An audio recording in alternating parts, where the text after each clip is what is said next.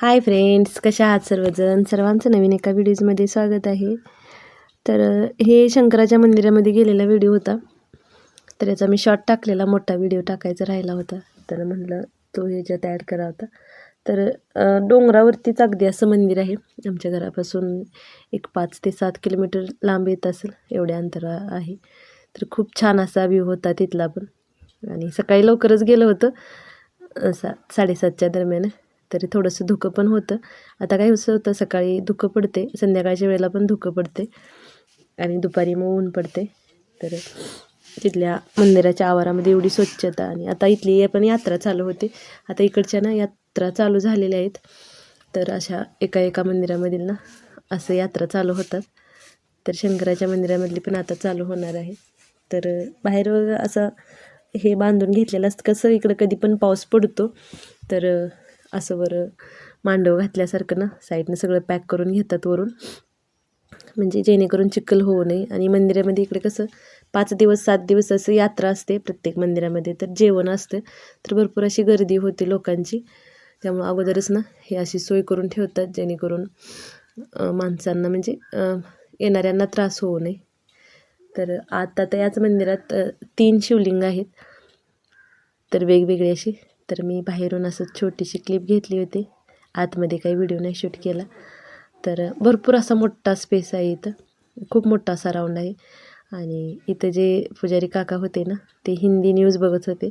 तर बऱ्याच जणांना ना हिंदी, आता जे बाहेरच्या राज्यात राहून आलेले आहेत ना, तर हिंदी बोलतात, म्हणजे बघतात पण काही आणि बोलतात पण हिंदी.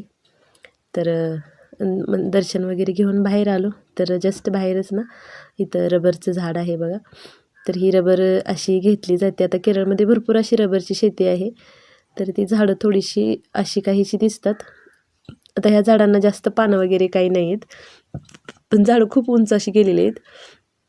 आणि खाली अशी ना प्लास्टिकची वाटी बांधून ठेवतात. आणि अशी रबर ही कशी अशी रुचिक कसा येतो ना, तशा पद्धतीने येते. आणि नंतर ती वाटी भरली की काढून घेतात आणि नंतर त्याच्यापासून मग रबर तयार करतात. तर भरपूर अशी झाडं आहेत, पण ज्या ठिकाणी रबरची झाडं आहेत ना, तिथं मच्छर थोडंसं ना जास्त प्रमाणात होतात. तर बाहेरून असं काहीच दिसत होतं. दर्शन वगैरे घेतलं आणि आलो, थोड्या वेळच थांबलो तिथं. तर शंकराचं मंदिर आहे छान असं, आणि वातावरण एकदम मस्त असं आहे तिथं, खूप छान वाटतं. तर हे आज मी 2 ब्लाऊज शिवलेले होते. आता झाले होते माझे शिवून. हात शिलाई हुकं करायची होती आणि साड्यांना फॉल लावायचे होते. तर म्हणलं आता ते करून घ्यावं. आता संक्रांत जवळ आलेली आहे म्हणल्यानंतर एक तयारीत सुरू आहे. ब्लाऊज शिवायचे आहेत थोडेसे. तर तुमची पण संक्रांतीची तयारी कुठेपर्यंत आली नक्की कमेंट करून सांगा. तर आम्ही केरळमध्ये कशा पद्धतीने संक्रांत करतो, आता आम्हाला जास्त काही इकडे साहित्य वगैरे भेटत नाही, पण जे काही भेटतं त्याच्यामध्येच करतो. तर त्याचाही व्हिडिओ नंतर येईल, तुमच्यासोबत शेअर करेन. तर हे 2 ब्लाऊज मी शिवलेले होते. तर आता ह्याला हात शिलाई हुकं करायचे आहेत आणि साड्यांना पण फॉल जोडून घेतलं मशीनवरती. एक साईड मशीनवरती लावते आणि एक साईड मग हात शिलाई करते. तर कपडे पण आता ऊन आहे बऱ्यापैकी, त्यामुळे कपडे वाळून निघतात. तर कपडे पण घड्या घालायचे आणून ठेवलेली होती इथं. तर म्हटलं बसल्या बसल्या अगोदर फॉल लावून घ्यावं आणि नंतर मग ते पण करावं. आणि आता मुलांची कशी क्रिसमसची सुट्टी संपलेली आहे, आता स्कूल चालू होतं आहे त्यांचं. आता 10 ते 12 दिवस गेलं सुट्टीमध्ये. मुलं घरात असतील तर मग टाईम कुठं जातो ना कळतच नाही. तर कुठे गेले 12 दिवस समजलंच नाही. पण आता स्कूल चालू झाले की मग कसं रेग्युलर आपलं रुटीन चालू होतं. मुलांचं स्कूल नसेल तर मग रुटीनमध्ये सगळाच बिघाड होतो. तर म्हणलं आता उद्यापासून आपल्या रुटीनमध्ये आपण पण यावं. तर आता झाल्या होत्या माझ्या दोन्ही पण साड्यांना हात शिलाई करून घेतली. आणि आता मुलांना कसं स्नॅक्सला काय द्यायचं रोज कोडं पडतं. आता जास्त बेकरी वगैरे जास्त काही देत नाही मी, म्हणजे आणतच नाही शक्यतो बेकरी, काहीतरी घरातूनच बनवते. तर मग आज म्हणलं थोडंसं बारीक रवा मी बरेच दिवस झाले ठेवलेला होता. आता इथे तो 0 साईजचा रवा आहे, तो भेटत नाही, पण गावाकडून आणलेला होता म्हणल्यानंतर म्हणलं त्याचं लाडू बांधून घ्यावे. रव्याचे लाडू पण आवडतात मुलांना, पण ज्यावेळी बुंदीचे किंवा बेसनचे असे शेवचे लाडू असतील तर त्यावेळी रव्याचे जास्त खात नाहीत. पण ज्यावेळी फक्त एकच लाडू असेल कोणत्या प्रकारचा तर मग खातात. तर मी वाटीनं मोजून घेतलं होतं प्रमाण. तर हे तूप अगोदर वितळून घेतलं. आता लाडूला कसं तूप असेल तर छान चव येते. तर तूप कमी जास्त अर्धं तूप अर्धं तेल घेतलं तरीही चालतं. आता माझ्याकडं तूप होतं म्हटल्यानंतर मी 1 वाटी तूप घेतलं आणि 4 वाटी एवढा रवा घेतला. याचं प्रमाण व्यवस्थित ठेवलं तर मग लाडू आपले व्यवस्थित बांधायला पण येतात आणि चव पण तशी छान लागते. पण आता माझा थोडासा रवा जास्त झाला आणि कढई लहान पडत होती म्हटल्यानंतर मी एक 5 मिनिट अगोदर मिक्स करून घेतला आणि नंतर अर्धा रवा साईडला काढला. आणि रवा कसा व्यवस्थित भाजला तरच लाडूला चव येते. आणि मी अगदी लालसर होईपर्यंत भाजला होता. पाकातलेच लाडू बनवते, पाकातल्या लाडूंना चव छान लागते. तर रवा व्यवस्थित भाजला तरी पण मग आपले लाडू चवीला लागत नाहीत व्यवस्थित. त्यामुळे रवा भाजायला बराचसाच वेळ जातो. आता माझा जवळजवळ अर्धा तास तरी हा रवा भाजण्यात गेला होता.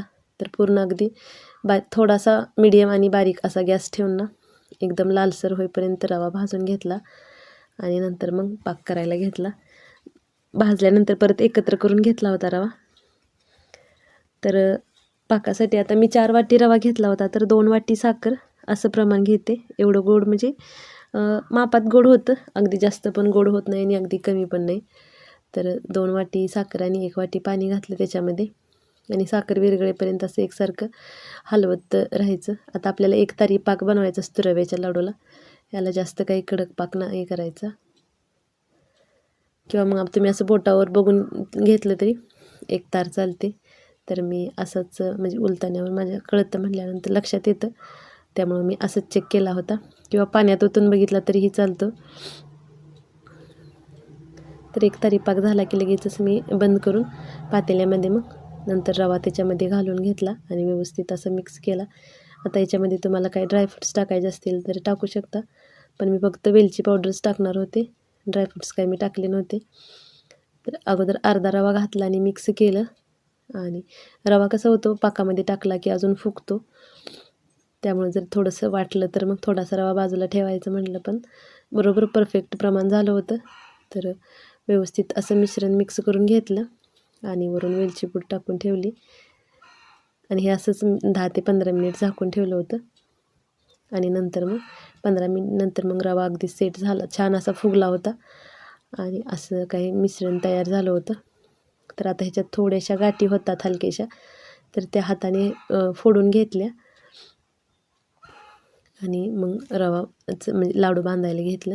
तर सगळं लाडू अगदी व्यवस्थित असं बांधायला आलं. पण काय केलं नंतर मी मुलांना खायचं होतं, पहिला बांधला की लगेच प्रांजून घेतला आणि थोडंसं मी प्लेटच साईडला काढलं, कारण हे थंड झालं की कसं नंतर जास्त दाबायला लागतं. त्यामुळं मग मी पातेल्यातलं परत झाकून ठेवलं आणि प्लेटमध्ये थोडंसं असं घेऊन बांधून घेतलं. तर छान असं लाडू तयार झालं होतं. तर रव्याचं लाडूला तूप भरपूर असं घातलं आणि प्रमाण बरोबर घेतलं ना तर मग चव पण छान येते आणि टिकतात पण जास्त दिवस. पाकातल्याला लाडूला चव लागते छान. तर थोडंसंच बनवलं होतं, कारण इकडच्या हवेमध्ये जास्त दिवस ठेवल्यानंतर पण चव लागत नाही तशी म्हणावीशी, आणि केरळचं दमट वातावरण असल्यामुळं खराब होतात. त्यामुळं मग मी थोडंसं बनवलं. मग एक आठवडाभर स्नॅक्सला द्यायला पुरलं तरी पुढच्या आठवड्यात नंतर दुसरा पदार्थ बनवते.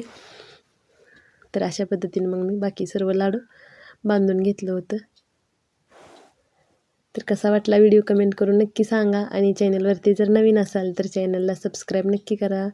भेटूया नंतर एका नवीन व्हिडिओजमध्ये. श्री स्वामी समर्थ सर्वांना.